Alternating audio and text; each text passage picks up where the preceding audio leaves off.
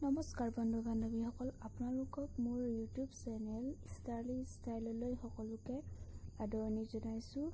আজি লৈ আহিছোঁ এটা চিকেনৰ ৰেচিপি। অতি কম সময়তে আৰু কম পৰিমাণৰ মছলা ব্যৱহাৰ কৰাকৈ কেনেকৈ টেষ্টি এখন চিকেন কাৰী ৰেচিপি বনাব পাৰি তাকে আপোনালোকক দেখুৱাবলৈ গৈ আছোঁ। গতিকে পলম নকৰি আহকচোন এই চিকেনৰ ৰেচিপিটো কেনেকৈ বনালোঁ তাকে চাওঁ।